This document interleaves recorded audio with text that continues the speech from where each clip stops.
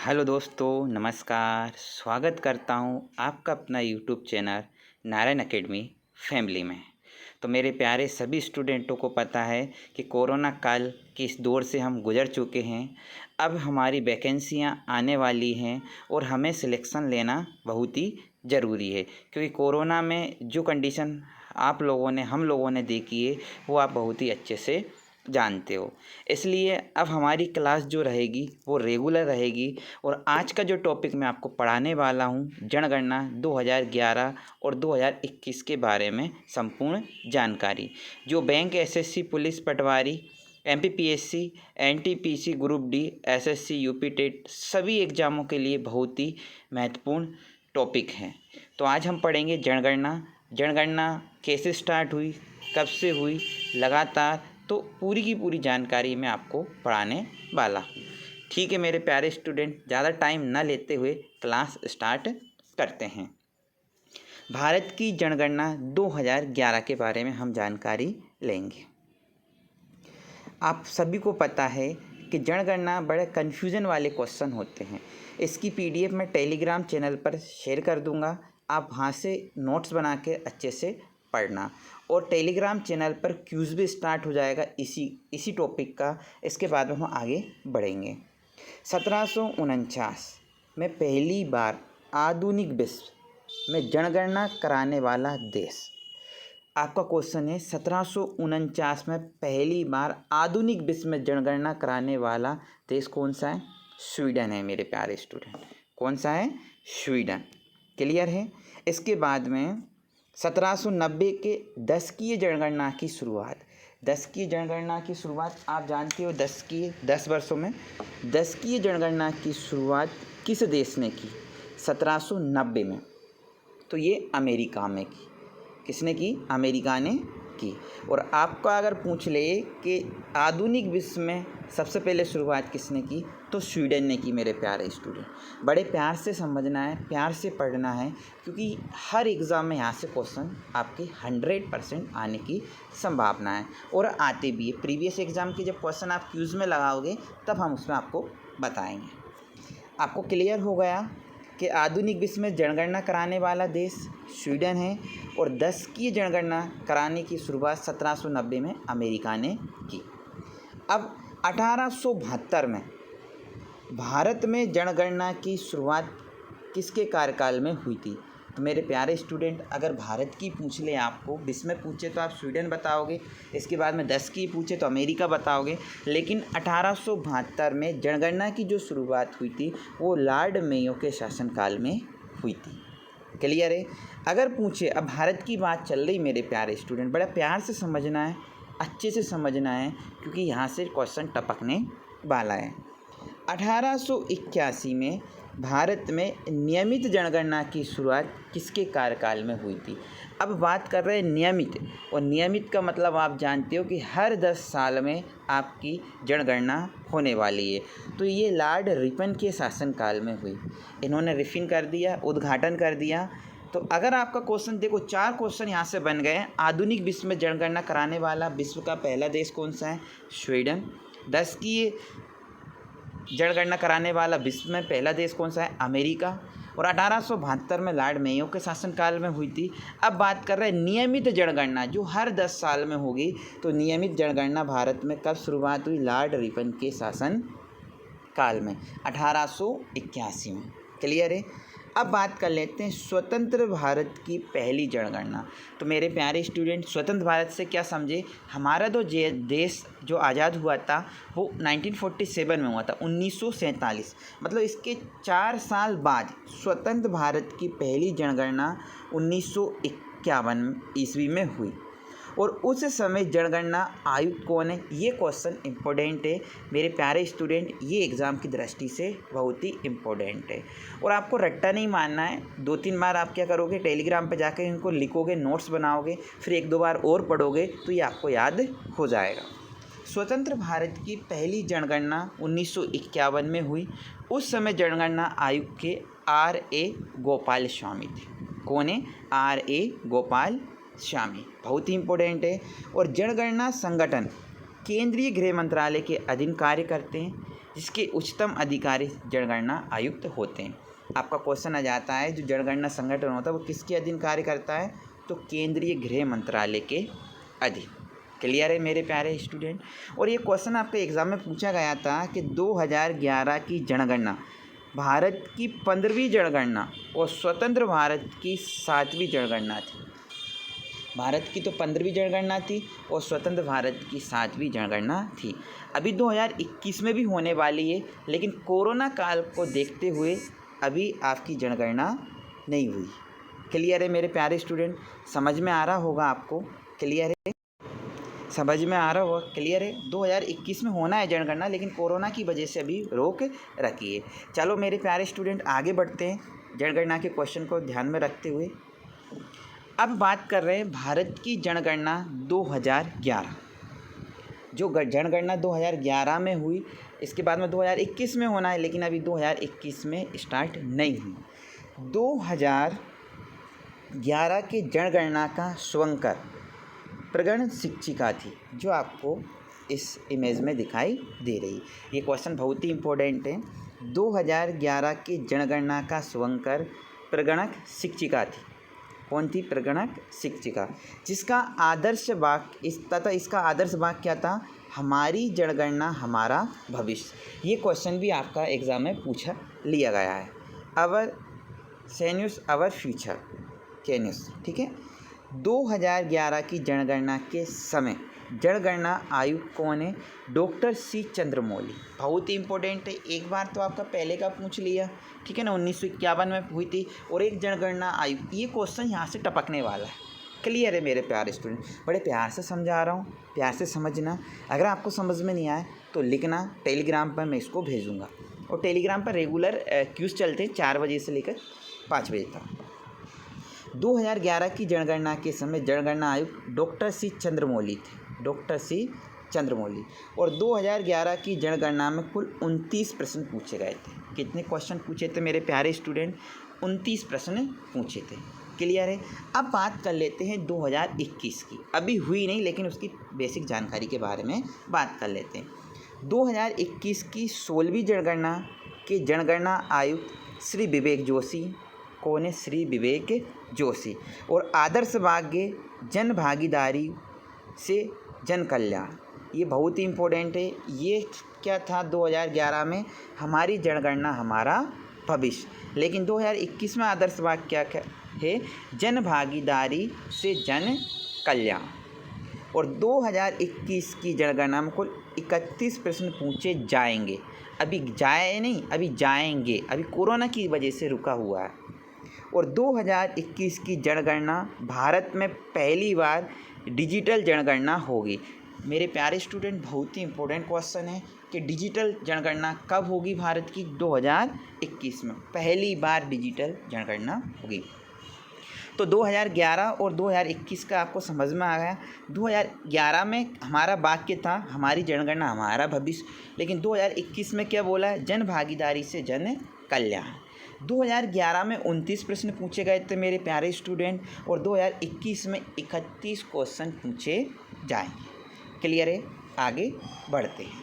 बहुत ही इम्पोर्टेंट है, एग्ज़ाम की दृष्टि से आप इसको बहुत ही इम्पोर्टेंट कर लेना।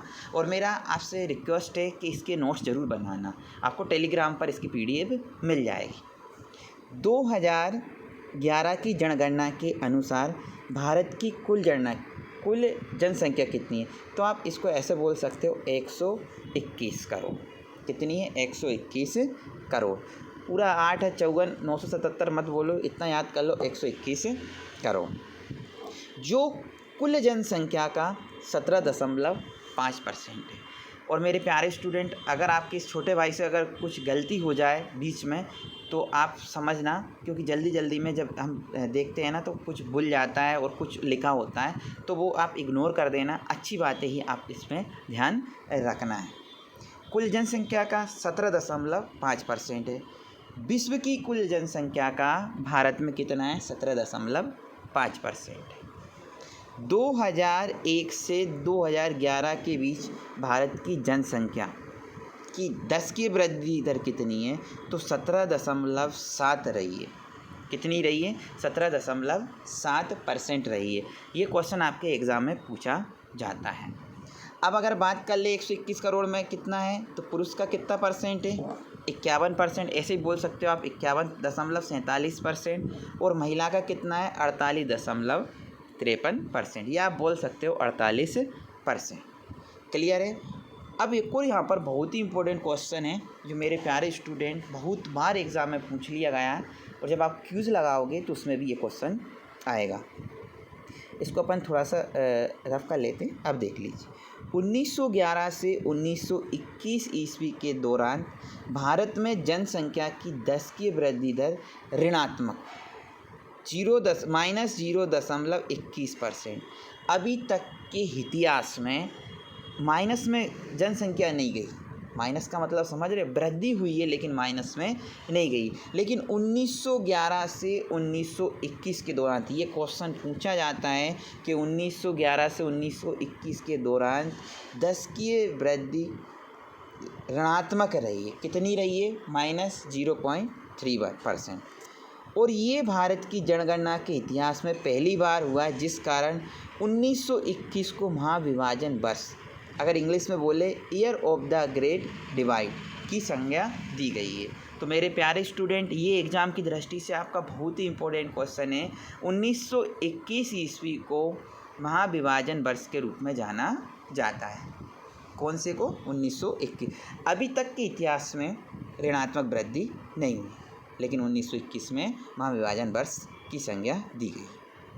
क्लियर है? आगे बढ़ते हैं। 2011 की जनगणना के अनुसार देश की कुल जनसंख्या में शहरी जनसंख्या का हिस्सा है 31.2% और ग्रामीण जनसंख्या का हिस्सा है 68.8%। तो मेरे प्यारे स्टूडेंट, इसलिए बोलते हैं कि जो भारत जो है वो किसानों का देश है, किस गाँव से बना हुआ देश है। ग्रामीण लोग इसमें ज़्यादा निवास करते हैं। शहर की जनसंख्या 31.2% है, और आप देख लीजिए ग्रामीण जनसंख्या 68.8%। क्लियर है? अगर आप पहली बार इस वीडियो को देख रहे हैं, या अगर आपने मेरे पहले वीडियो नहीं देखे, तो प्लीज़ आप उन वीडियो को देखिए और हमारे चैनल को ज़्यादा से ज़्यादा सब्सक्राइब कीजिए। अगर आपको लग रहा है कि अच्छा पढ़ा रहे हैं सर, तो लाइक कीजिए, शेयर कीजिए। और हम अभी बहुत ही जल्दी आपको एक घोषणा करने वाले हैं कि लाइव क्लास स्टार्ट करने वाले हैं, जिसमें आपकी लाइव क्लास में मैथ रहेगा, जीके रहेगा, एमपी रहेगा, सब कुछ हम आपको निःशुल्क देने वाले हैं। बस आपका सपोर्ट ही हमारे लिए काफ़ी है, इसलिए चैनल को लाइक और सब्सक्राइब ज़रूर कीजिए। बहुत ही जल्द, हमने बहुत बार घोषणा की, लेकिन इस बार आपको बोलना है 10 तारीख से आपकी क्लासें लाइव होने लग जाएगी। लाइव क्लास आपकी चालू होगी, इसलिए इस वीडियो में हमें ज़्यादा से ज़्यादा रिस्पांस मिलना चाहिए। चलो आगे बढ़ते हैं मेरे प्यारे स्टूडेंट। भारत की जनगणना 2011 में जनसंख्या, ये क्वेश्चन आपका पूछता है और हर एग्ज़ाम में क्वेश्चन आता है। राज्य, तो आपका क्वेश्चन आ जाता है कि सर्वाधिक जनसंख्या वाला राज्य कौन सा है? तो उत्तर प्रदेश। सबसे जो ज़्यादा जनसंख्या है वो उत्तर प्रदेश में है। इसके बाद में दूसरे नंबर पर महाराष्ट्र। क्लियर है? हम बात कर रहे हैं 2011 की जनगणना। अगर न्यूनतम में पूछें कि सबसे कम जनसंख्या कौन से राज्य में, तो मेरे प्यारे स्टूडेंट सिक्किम, और दूसरे नंबर पर है मिज़ोरम। तो ऐसे ही इसको याद करना है। सिक्किम तो वैसे ही याद है, न्यूनतम मतलब कम, और रम, समझ में आया ना। अधिकतम आपको पता है कि उत्तर प्रदेश में सबसे ज़्यादा जनसंख्या है, और इसके बाद में सबसे कम कहाँ पर है? सिक्किम में। तो मेरे प्यारे स्टूडेंट समझ में आया होगा। अब बात कर लेते हैं केंद्र शासित प्रदेश। तो वर्तमान में सर्वाधिक जनसंख्या कौन से केंद्र शासित प्रदेश में? तो दिल्ली। तो आप सब जानते हैं कि दिल्ली में सर्वाधिक जनसंख्या और सबसे बड़ा आपका केंद्र शासित प्रदेश भी। और न्यूनतम की बात करें तो लक्षद्वीप। याद करने की बात ही नहीं है, लक्ष्य पूरा हो गया इसलिए जनसंख्या कम है, लक्षद्वीप। समझ में आया? आपको रट्टा नहीं मारना है, आपको नोट्स बनाना है और 1-2 बार पढ़ना है, आपको याद हो जाएगा। आप बोलते हैं कि सर याद नहीं होता। इतना शानदार कंसेप्ट हम आपको दे रहे हैं, बस आप थोड़ा सा घर बैठे कष्ट कीजिए। चलो आगे बढ़ते हैं। अब बात कर लेते हैं 10 की वृद्धि दर। कौन से राज्य में और कौन से केंद्र शासित प्रदेशों में हुई है। तो मेरे प्यारे स्टूडेंट, अगर MPPSC का 25 तारीख को पेपर है, अगर आपने मेरा ये वीडियो देख लिया 25 तारीख से पहले, मैं गारंटी करता हूँ यहाँ से क्वेश्चन ज़रूर आएगा, ज़रूर आया। कमेंट करके 26 तारीख को ज़रूर बताना कि सर इस वीडियो में से जो क्वेश्चन आएगा। इसलिए इस वीडियो को अच्छे से देखना, क्योंकि एक एक नंबर से सिलेक्शन रुक जाता है। 10 की वृद्धि दर की बात कर लेते हैं। 10 की वृद्धि दर क्लियर है, तो बात करते हैं 10 की वृद्धि दर की। तो सर्वाधिक 10 की वृद्धि दर वाला राज्य कौन सा है? तो मेघालय। 10 की वृद्धि दर में सर्वाधिक 10 की वृद्धि दर मेघालय में हुई, और इसके बाद में अरुणाचल प्रदेश। तो मेघालय अरुणा दोनों बारिश से संबंधित है, और सबसे ज़्यादा इन्होंने कर दी भैया। मेघालय में कितनी है? 27.9%, और अरुणाचल प्रदेश में कितनी है? 26%। अब न्यूनतम वृद्धि दर, और मेरे प्यारे स्टूडेंट, इतिहास में पहली बार ऐसा हुआ है कि सब ऋणात्मक वृद्धि दर रही है। वो कौन से? नागालैंड। तो याद करने की तो ज़रूरत ही नहीं है, जहाँ नाग रहते हैं, जहाँ सांप रहते हैं, वहाँ लोगों की संख्या बढ़ेगी कि घटेगी? नागों के बीच में रहते, घटेगी ना। तो इसलिए आपको याद करना है राज्यों में कि नागालैंड कितनी परसेंट रही? -0.6%। क्लियर है। सबसे ज़्यादा 10 की वृद्धि दर मेघालय में हुई और अरुणाचल प्रदेश में, और न्यूनतम कहाँ पर हुई? नागालैंड में। आगे बात कर लेते हैं मेरे प्यारे स्टूडेंट, केंद्र शासित प्रदेश। तो सबसे ज़्यादा जो वृद्धि दर हुई वो दादर एवं नागर हवेली। तो आप इसको ऐसा याद कर सकते हो, जॉइंट फैमिली है, एक ही हवेली में रहती है, अगर वहाँ से आप आंकड़ा लाओगे तो सबसे ज़्यादा वहीं से निकलेगा। इसलिए आप क्या करोगे? दादर एवं नागर हवेली में 10 की वृद्धि दर रही है 55.9%। क्लियर है। और न्यूनतम 10 की वृद्धि दर वाला केंद्र शासित प्रदेश तो लक्षद्वीप है। तो लक्षद्वीप आप जनसंख्या में भी कम था, क्योंकि लक्ष्य पूरा हो गया, और 10 की वृद्धि दर में भी कम था। क्लियर है मेरे प्यारे स्टूडेंट, समझ में आपको बहुत अच्छे से आ रहा होगा। अगर पूछ ले कितना परसेंट रहा, तो 6.3%, 6.3%। क्लियर है, आगे की बात कर सकते हैं। अब बात कर रहे हैं हम प्यारे स्टूडेंट जनसंख्या घनत्व कि 2011 का जनसंख्या घनत्व क्या था। तो जनसंख्या घनत्व का तात्पर्य आप सभी लोग जानते हैं, प्रति वर्ग किलोमीटर में निवासित औसत जनसंख्या से है। 1 वर्ग किलोमीटर में, प्रति वर्ग किलोमीटर में निवासित औसत जनसंख्या से है। और 2011 की जनगणना के अनुसार भारत का जनसंख्या घनत्व 382 व्यक्ति प्रति वर्ग किलोमीटर है। आपका बहुत ही इम्पोर्टेंट है और MPPSC में टपकने वाला है। ऐसे क्वेश्चन आते हैं। 2011 की जनगणना के अनुसार भारत की जनसंख्या घनत्व 382 व्यक्ति प्रति वर्ग किलोमीटर है। क्लियर है। अब बात कर लेते हैं, ये तो पूरा भारत की हो गया। अब बात करेंगे हम राज्यों की। तो राज्य में सर्वाधिक जनसंख्या घनत्व बिहार का है। तो मतलब कम जगह में ज़्यादा लोग रहते हैं बिहार में। क्लियर है ना। बिहार में 1106, 1 किलोमीटर में कितने व्यक्ति पाए जाएंगे? 1106। और पश्चिम बंगाल में 1028।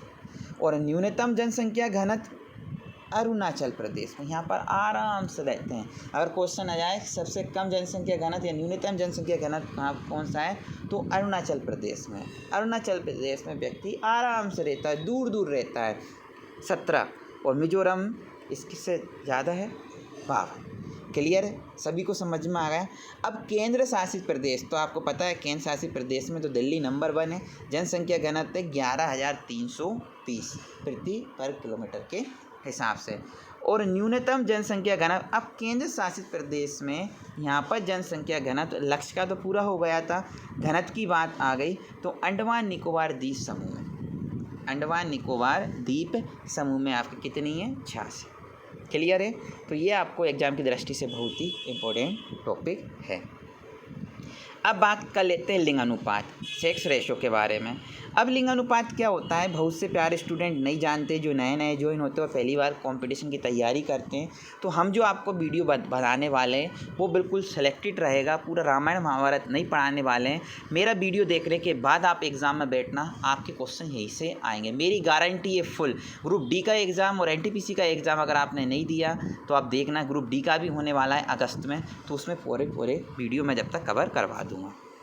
1000 पुरुषों की तुलना में स्त्रियों की संख्या को लिंगानुपात कहते हैं। लिंगानुपात कैसे निकाला जाता है? स्त्रियों की संख्या बटे पुरुषों की संख्या इंटू 1000।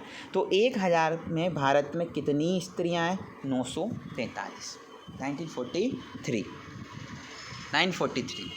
943 महिलाएं, मतलब लड़कों की संख्या कम है। अगर आपसे पूछ ले, बहुत ही इम्पोर्टेंट है कि भारत का लिंगानुपात कितना है, तो 943। अब राज्य की बात करें कि सबसे ज़्यादा लिंगानुपात वाला राज्य कौन सा है भाई मेरे बताओ, तो आप बताओगे केरल।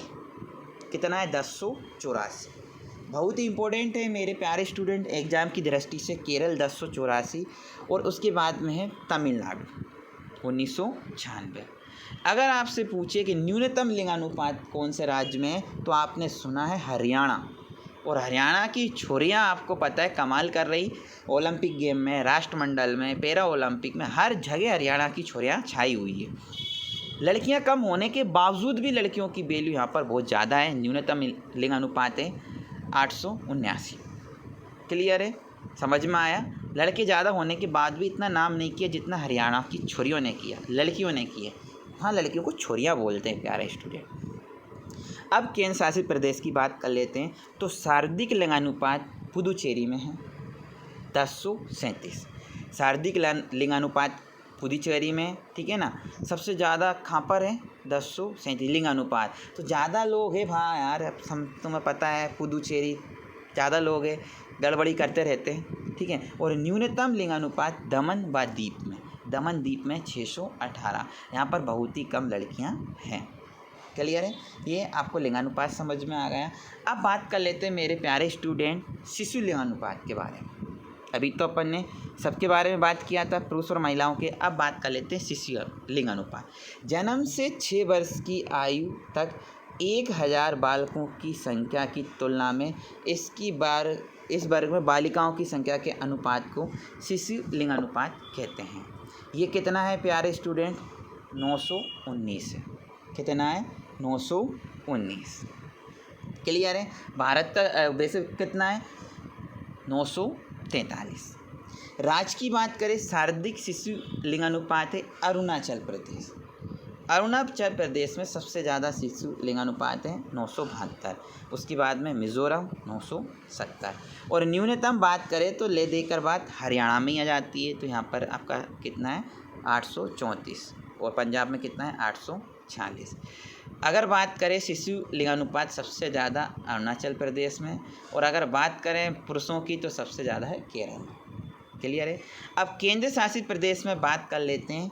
तो अंडमान निकोबार द्वीप समूह, अंडमान निकोबार द्वीप समूह कितना है? 968। और न्यूनतम शिशु लिंगानुपात जो है वो दिल्ली में। इस क्वेश्चन को गलत मत कर देना, क्योंकि आप सोचो कि दिल्ली की जनसंख्या ज़्यादा है और शिशु लिंगानुपात भी ज़्यादा होगा, तो ये गलत सोचते हो आप। दिल्ली में भी सबसे कम शिशु लिंगानुपात है। अब बात कर लेते पढ़े लिखे लोगों की, साक्षरता के बारे में। भारत में कितने पढ़े लिखे लोग हैं? तो मेरे प्यारे स्टूडेंट पूरा वीडियो को देखना, नोट्स बनाना, ठीक है ना। वीडियो के बाद में हमने प्रीवियस एग्जाम क्वेश्चन इसलिए नहीं रखे क्योंकि हम इसका क्यूज़ लेने वाले हैं, ठीक है ना। आज ही हम 9 बजे क्यूज़ लेंगे, इसलिए वीडियो को देखना। फिर हम टेलीग्राम पे क्यूज़ लेंगे, इसके बाद में आप उसको लगाना। 7 वर्ष और उससे अधिक का जो व्यक्ति किसी भी भाषा को समझ सकता है, उसे लिख या पढ़ सकता है, वो साक्षर कहलाता है। तो पढ़े लिखों की डेफिनेशन है, जो देख लेता है, पढ़ लेता है, लिख लेता है, वो पढ़ा लिखा होता है। और ये कैसे निकालते हैं? साक्षरों की संख्या बटे 7 प्लस आयु वालों की जनसंख्या इंटू 100, इसका ये फॉर्मूला होता है। और भारत की बात करें तो 74% साक्षरता है। 74.4% आप बोल सकते हो, 04%, या आप 74% बोल सकते हो। 74% साक्षरता है। सर्वाधिक साक्षरता वाला राज्य केरल लिंगानुपात में भी था। इसके बाद में दूसरा है मिजोरम। 94% साक्षरता लोग कहाँ पर रहते हैं? केरल में। और केरल की सबसे अच्छी बात प्यारे स्टूडेंट बता देता हूँ कि लड़कियाँ भी सबसे ज़्यादा केरल में, इसलिए तो साक्षरता केरल में। सबसे ज़्यादा लिंगानुपात लड़कियों का कहाँ पर है? केरल में ही है ना। लड़कियाँ पढ़ती है, बहुत अच्छे से पढ़ती हैं, ठीक है ना। और बहुत ज़्यादा फील्डों में देखो लड़के भी पढ़ते हैं, मैं लड़कों की बुराई नहीं कर रहा हूँ, लेकिन आज की जनरेशन में लड़कियाँ जो नाम कर रही है अपनी फैमिली का, पूरे भारतवर्ष में जो लड़कियाँ नाम कर रही है वो बहुत ही अच्छी बात है, क्योंकि ये लड़कियों का देश है, लड़कों का देश है, इसमें सब समाज के लोग रहते हैं और यहाँ पर सभी लोगों का अपना अपना योगदान है। लेकिन पहले की अपेक्षा अब लड़कियाँ आगे आ गई है और हर फील्ड, हर सेक्टर में लड़कियों की संख्या बढ़ती जा रही है। मैं कामना करता हूँ हमारी मध्य प्रदेश सरकार भी लड़कियों को बहुत योगदान दे रही है और बहुत सारी योजनाएँ चला रही है, पूरा भारतवर्ष योजनाएँ चला रहे हैं कि वो आगे बढ़े और पढ़े। और आप लोग भी बहुत मेहनत कर रहे हो, गर्ल्स और बॉयज़ दोनों के लिए मैं बोल रहा हूँ, ऐसे ही करते रहें। बस आपको इस बार 2021 में गवर्नमेंट जॉब लेना है, इसलिए कुछ ना सोचें, किसी के बारे में ना सोचें, खुद के बारे में सोचें, अपने माँ बाप के बारे में सोचें। चलो दोस्तों आगे बढ़ते हैं। न्यूनतम साक्षरता बिहार में, तो आपको पता पहले से ही जानते हो कि बिहार में सबसे कम साक्षरता है और इसके बाद में अरुणाचल प्रदेश में। केंद्र शासित प्रदेश की बात करें तो देखो लक्षद्वीप सबसे ज़्यादा साक्षरता जो केंद्र शासित प्रदेश है लक्षद्वीप, यहाँ पर लक्ष्य कंप्लीट हो गया 91.8% और न्यूनतम साक्षरता है आपकी दादर एवं नागर हवेली में। देखो जहाँ आपकी ज़्यादा जनसंख्या होगी वहाँ पर साक्षरता कम होगी, जैसे बिहार है आपका। अब दादर नागर हवेली में दादा ही पढ़े लिखे थे, बाकी सब तो उन्होंने संपत्ति इकट्ठी की। आगे बढ़ लेते हैं, ग्रामीण जनसंख्या और शहरी जनसंख्या। तो ये ये आपका ग्रामीण जनसंख्या और ये शहरी जनसंख्या। तो इम्पोर्टेंट क्वेश्चन है आपका, सभी कवर किया है मैंने पूरा वीडियो में। सर्वाधिक ग्रामीण जनसंख्या हिमाचल प्रदेश में, सबसे ज़्यादा जनसंख्या हिमाचल प्रदेश में गाँव की। और बात करें सर्वाधिक शहरी जनसंख्या, तो शहरी की भी बात हो गई इसमें, तो वो गोवा में। तो सर्वाधिक ग्रामीण जनसंख्या हिमाचल प्रदेश में 90% और सर्वाधिक शहरी जनसंख्या है वो गोवा में 62.2%। अब न्यूनतम जो ग्रामीण जनसंख्या है वो गोवा में, आपको पता जहाँ ज़्यादा शहर के लोग रहेंगे तो वहाँ तो न्यूनतम ही रहेगा। और न्यूनतम शहरी जनसंख्या की बात करें वो हिमाचल प्रदेश में, इसका जस्ट अपोजिट है, आप कमेंट करके देख सकते हो। मतलब जहाँ पर आपका जनसंख्या ग्रामीण जनसंख्या ज़्यादा रहती है हिमाचल प्रदेश में, वहाँ न्यूनतम ग्रामीण जनसंख्या का परसेंटेज कितना रहेगा 10%। न्यूनतम शहरी जनसंख्या कम रहेगी, आपको पता ही, ठीक है ना। और जहाँ पर गोवा में शहरी जनसंख्या ज़्यादा है तो आपको पता है तो गोवा में ग्रामीण जनसंख्या कम होगी। अगर पता नहीं है तो टेंशन काहे को लेते हो रे, ये है तो सही वीडियो आपके सामने। हाँ, केंद्र शासित प्रदेश की बात कर लेते हैं तो सर्वाधिक शहरी जनसंख्या है दिल्ली में, सही बात है। और न्यूनतम शहरी जनसंख्या अंडमान निकोबार द्वीप समूह में। क्लियर है, समझ में आया होगा। अब आपका टॉपिक बहुत ही इम्पोर्टेंट है, पूरी टॉपिक इम्पोर्टेंट है, लेकिन जो अभी मैं पढ़ाने वाला हूँ ये तो आपका बहुत ही इम्पोर्टेंट है। यहाँ से क्वेश्चन आपके पूछे जाते हैं, सबसे ही पूछे जाते हैं। 2011 की जनगणना के अनुसार देश में अनुसूचित जाति, जिसको बोलते हैं SC, की कुल जनसंख्या 20.14 करोड़। कितनी है? 20.14 करोड़ है। और सबसे ज़्यादा SC जनसंख्या वाला राज्य केंद्र प्रदेश कौन सा, राज्य व केंद्र शासित प्रदेश कौन सा? उत्तर प्रदेश। तो मेरे प्यारे स्टूडेंट, अगर आपसे पूछ ले कि सबसे ज़्यादा जनसंख्या वाला राज्य SC की में, वो कौन सा है? उत्तर प्रदेश में। और अगर आपसे पूछ ले जनसंख्या वाला सबसे ज़्यादा SC जनसंख्या प्रतिशत वाला राज्य व केंद्र शासित प्रदेश कौन सा है? पंजाब में। अगर जनसंख्या में पूछे तो उत्तर प्रदेश, वैसे भी ज़्यादा जनसंख्या रहती है लेकिन SC की जनसंख्या ज़्यादा है। और परसेंटेज की पूछ ले तो पंजाब 31.9%। क्लियर है, आगे बढ़ते हैं। 2011 की जनगणना के अनुसार देश में अनुसूचित जनजाति, अब जाति की बात हो गई, सबसे ज़्यादा आपका उत्तर प्रदेश में मिलेगा और परसेंटेज में पंजाब। अब बात करें हम जनजाति की, तो जनजाति है 10.43 करोड़। 10.43 करोड़। पूरी जनसंख्या का कितना है? 10.43 करोड़ अनुसूचित जनजाति। अगर बात करें सबसे ज़्यादा ST जनसंख्या वाला राज्य व केंद्र शासित प्रदेश, राज्य की बात कर रहे हैं हम तो मध्य प्रदेश। तो सबसे ज़्यादा जनजाति वाले जो पाए जाते हैं वो मध्य प्रदेश में पाए जाते हैं, ठीक है। और मध्य प्रदेश की सबसे बड़ी जनजाति भील है, आपको पता है।